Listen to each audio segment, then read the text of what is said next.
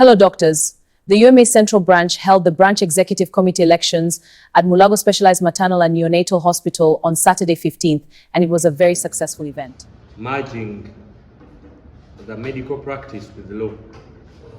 The other things, how you benefit and do everything, etc., shall be discussed by Dr. Nzibua. But my major concern is, like I've said, and you hear this, negligence, because we do not get you for doing your work. First of all, we recommend you for the good work you do, but we do not get you on your good work. We get you on that bad day.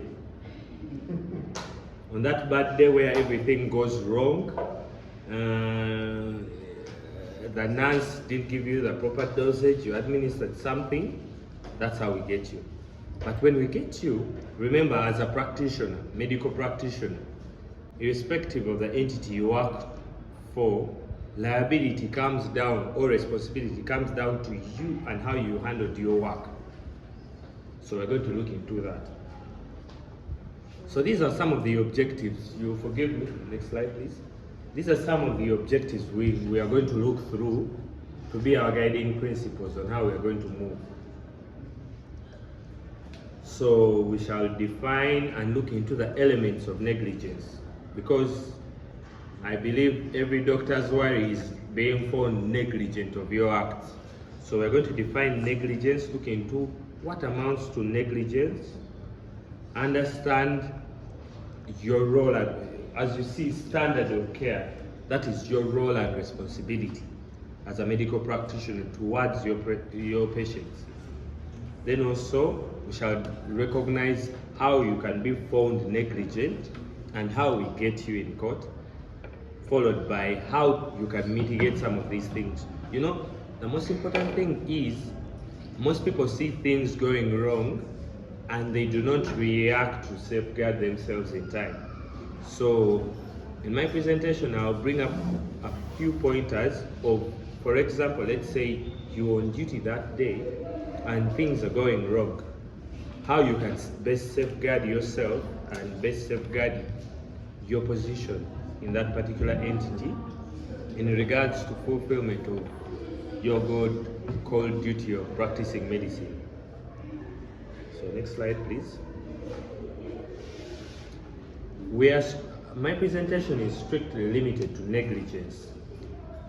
So negligence is failure to meet standard of care that a reasonable, competent healthcare professional would provide, resulting into a patient obtaining harm. So to put it in medical terms, I come before you as a patient. For example, let's take this particular scenario, that my wife is pregnant. We come to Mulago Specialized Hospital. We expect a safe delivery, proper procedure being followed, birth and the child, both the baby and the mother, to live in proper health care as you discharge an outgoing patient. So if that procedure is not carried out, God forbid, let's say if somebody, both, let's say either the mother or the child happens to not make it, and there are some concerns, you've heard of these stories where they say midwives back at pregnant mothers and the like.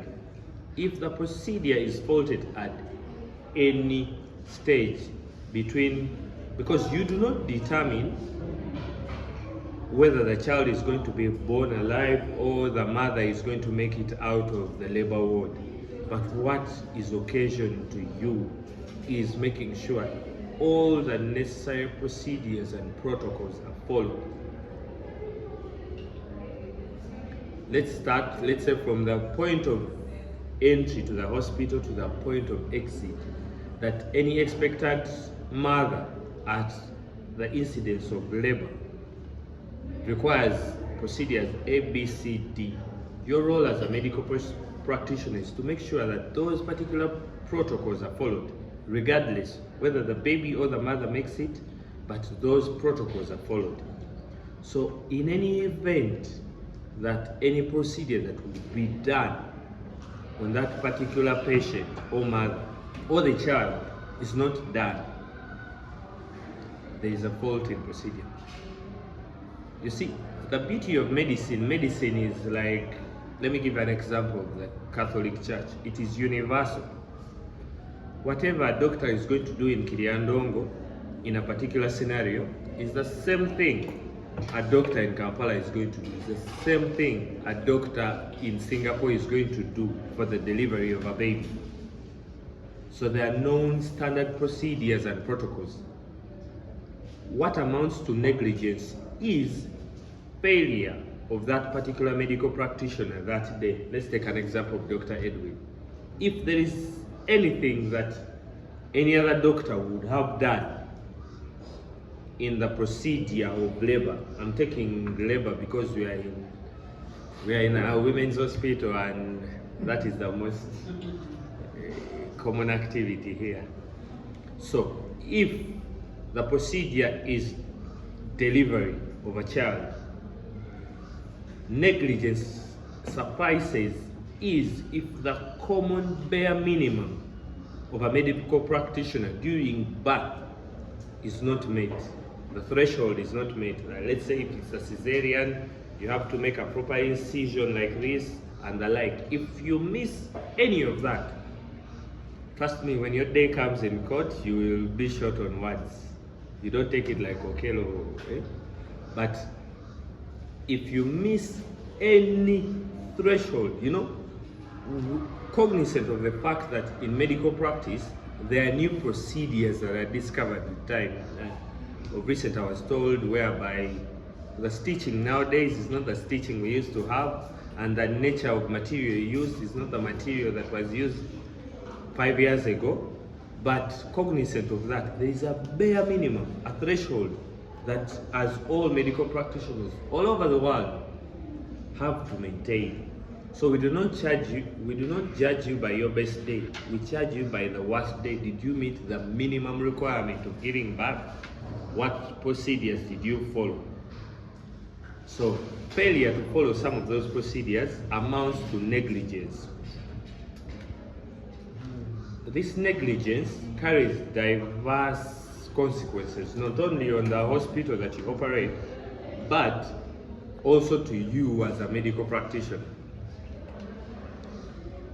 Being practitioners in a licensed field, you will find that if you're found liable, if you're found responsible, I'll try and cut it down. People say lawyers, we use complicated words. Liability means responsibility. If you hear me mention liability, just know I'm mentioning responsibility.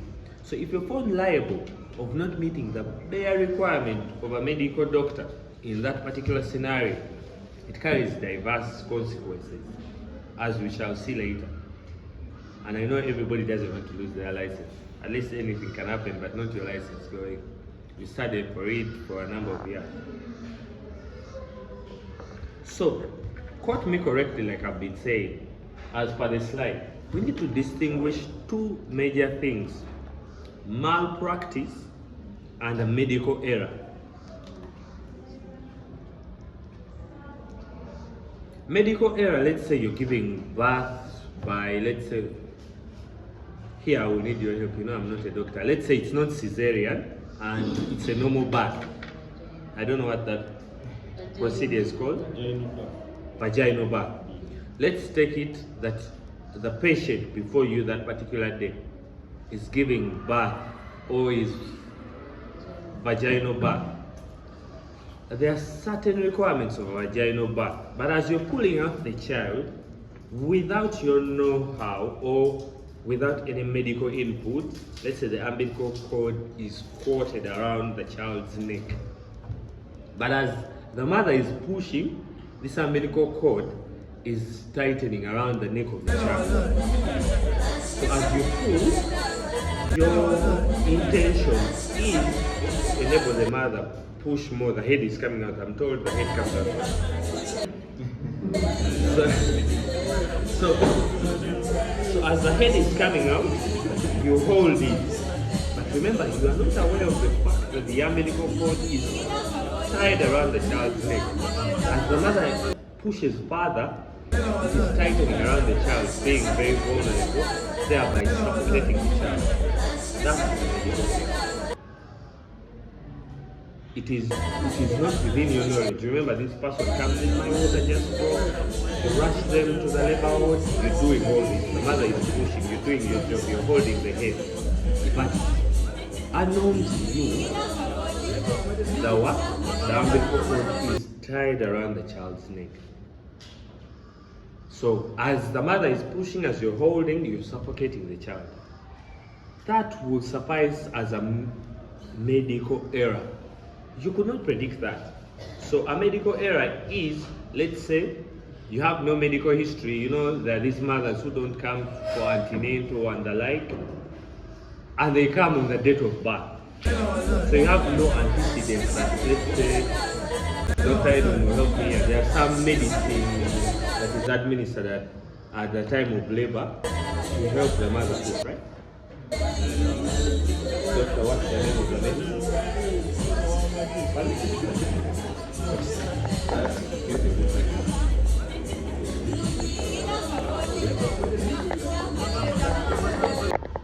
And I'm sure some of them, many of you realize, touch on certain things that everyone speaks about, especially those that are in the private sector.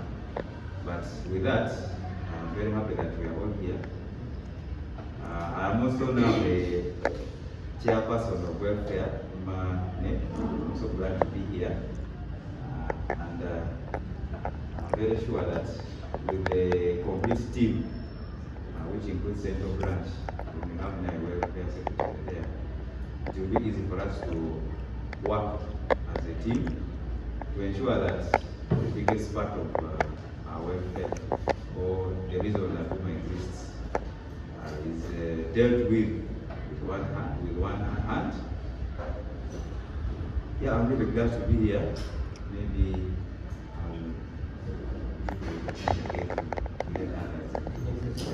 thank you very much. Thank you. Done a couple of medical camps, a couple of reach out talk shows, and of course I reach out to particularly universities to try and do more mobilization. So quite a number of things to make our branch vibrant.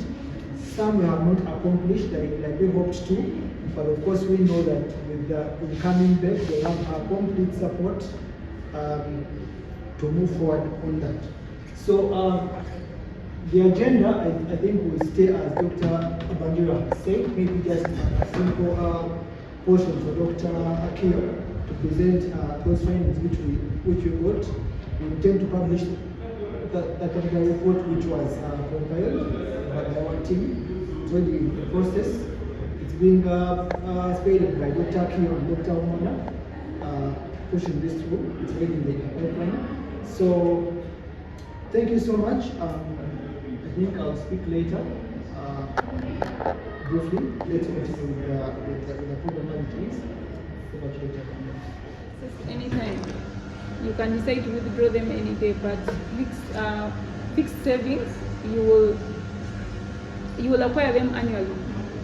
While the MIUs are a minimum of 5 years.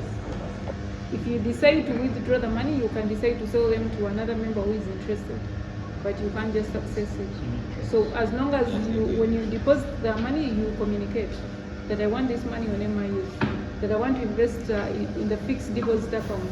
So it depends on what you communicate. Okay, so after depositing, then I need to send an email or... Not necessarily an email. Once you make a deposit, you can call any office and talk to them, or visit the offices and open a member investment unit account, or send an email, or send a WhatsApp. We have different modes of communication. Thank you. After the elections, Dr. Musana emerged as the president of the Central Branch, while Dr. Kamara will be his vice. Dr. Jawadu is the Secretary General, while Dr. Dorothy is the Treasurer. U.M.A. Central Branch. One U.M.A. One agenda. Yes. Service with honor. Dr. Laura is the Secretary CPD, while Dr. Richard is the Secretary Welfare. Ahope is the Secretary for Mobile Sentai, while Dr. Lukoma is representing Wakiso District.